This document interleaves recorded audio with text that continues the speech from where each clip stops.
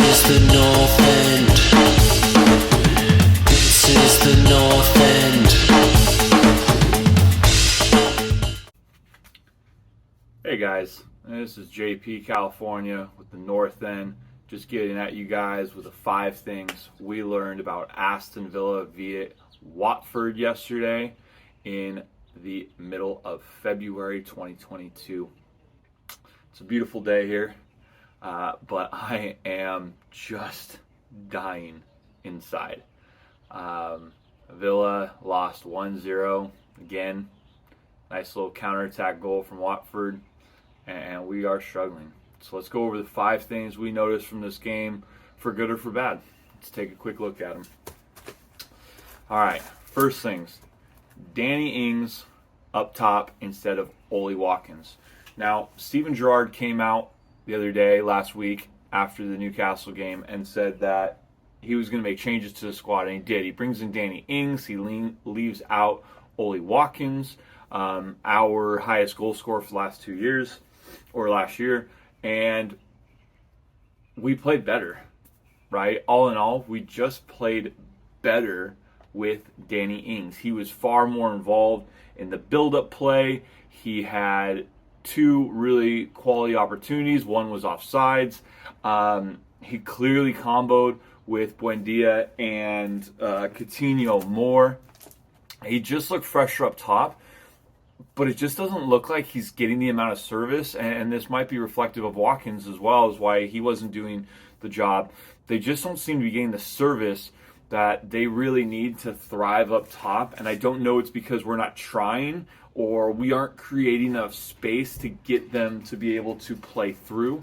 But we need to work on that. Steven Gerrard is probably working on that, trying to figure out ways to get strikers to get a yard of extra space.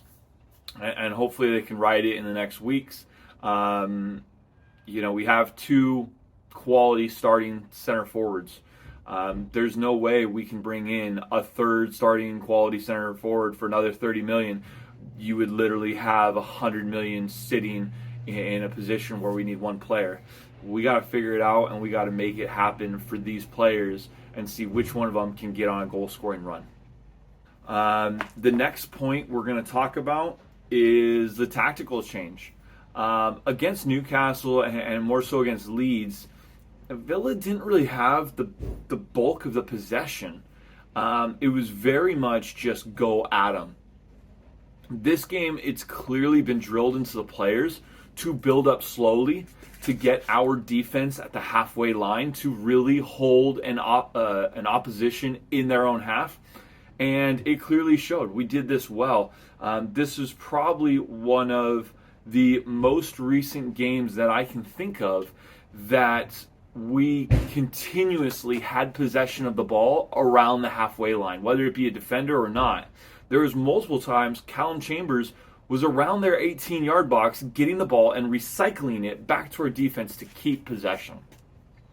And this is something that Villa have needed for quite some time. Make no mistake about it. Dean Smith and previous managers had Aston Villa playing very counter-attacking football. Steve Bruce, possession, that never went hand in hand. It was a great change to see, us trying to keep the ball at the halfway field, but it didn't result in a result. And we need to be winning these games. This is the 3rd or 4th of 3 or 4 games that we should be winning, but we didn't. Tactics were better, results were the same.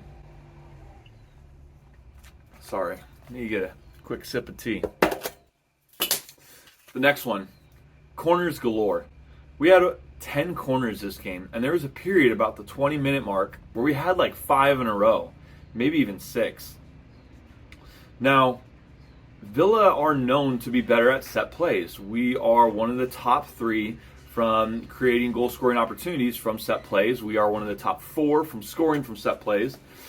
And we had 10 corners. We had roughly 6 corners within probably 10 or 15 minutes. We needed to take advantage of that. We needed to get the fans with us. We needed to create Villa Park rocking, and they just didn't get it done. The service was better, Luka Dean and Coutinho took over for Douglas Luiz and whoever else was taking free kicks last game, and they were better, but I just didn't see enough movement in the box. We just weren't creating it. We didn't seem like we had any game plan for these, and it's kind of a shame because there's a lot of opportunities from this, and we kind of blew it. So hopefully they can continue to drill in corners and set pieces and get them in. There was a set piece from Luka Dean just outside the box. I'm not gauging him on those when it's like right on the 18-yard line. It's very hard to get it over the wall and under the bar. He decided it looked like to go around the wall and try and curve it in near the post. He was wide of the goal by about 2 yards. I still want to see him taking the free kicks. I think he should be our left footer and Coutinho should be our right footed. But I'm not gauging him on that one. I am gauging us on having 10 corners and not getting really any one good connection with them for a chance on goal.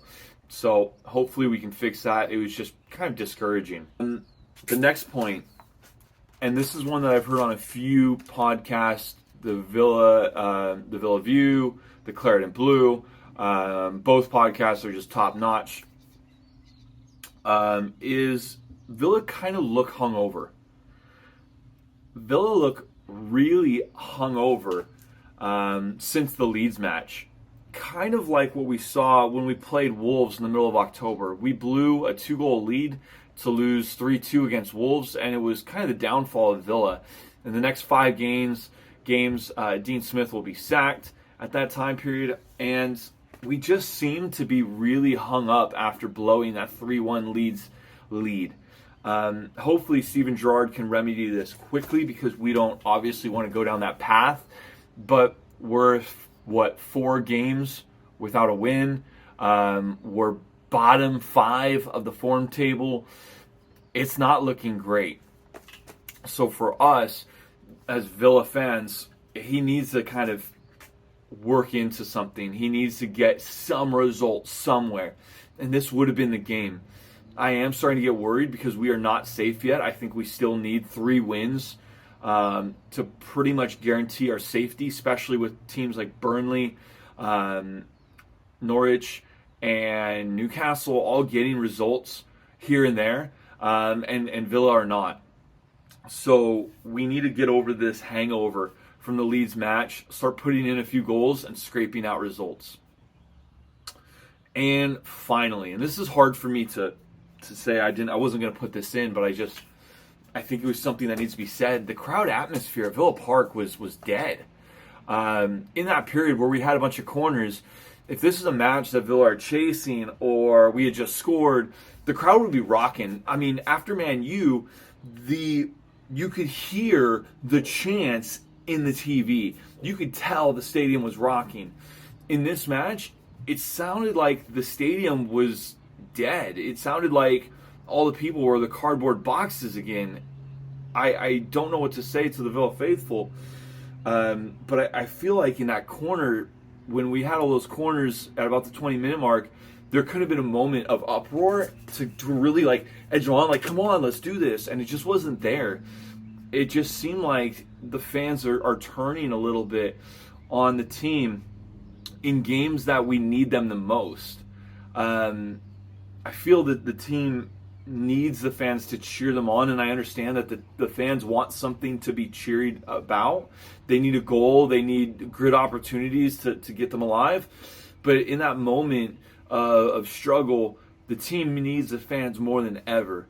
And I think the fans could really use their voice to edge Aston Villa to victory in one of these upcoming matches. Villa needs some wins, and the fans want them. So link hands and make it happen, guys. I can't do it. I'm 7,500 miles away. If I was there, I'd be cheering my brains out all match. But I know how it is, and fans kind of get on eggshells, and they're like waiting for something to go wrong. Change that mentality. Put the team first. Push them on to a victory. We got some hard games coming up. I believe it's Brighton next on the weekend, and hopefully we can get a win. So there's the 5 things we learned about the Villa match versus Watford. First, Danny Ings over Oli Watkins. Second, tactical change to possession style. Third, corners galore. Let's make that happen. The Leeds hangover for number 4, and the Villa Park atmosphere for number 5. If you guys like this video, please give it a like down below. Subscribe to the North End YouTube channel. Thank ISO Date for our little sponsorship they have going on for us. And keep the faith, Villa fans. Me, JP California from the North End, signing off. This is the North End. This is the North End.